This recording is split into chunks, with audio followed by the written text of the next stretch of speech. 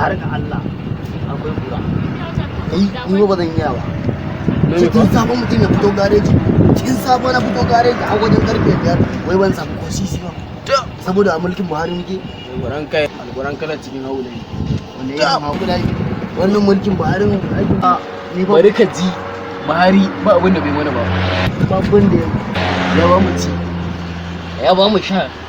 ya tubkai a ta dinki ma yayi mana ya ba mu gidan da zamu zauna a iyalan mu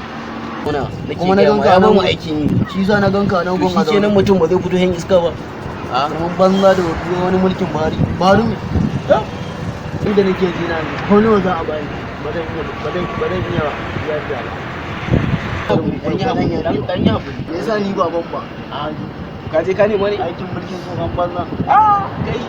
banza ni da ko nawa za a ban ba zan yafe ba ba da maganin dama da kyau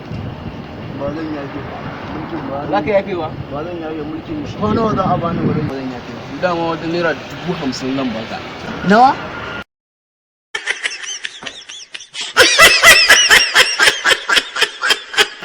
naira 50,000 da Allah na fasa abokina da Allah ni ban 5,000 ma na yafe Ramadan biyar ma ni na yafe wai ya ka fasa wani 5,000 ma kaga yaran da kafa da haka yaran da Allah alquran na fasa kai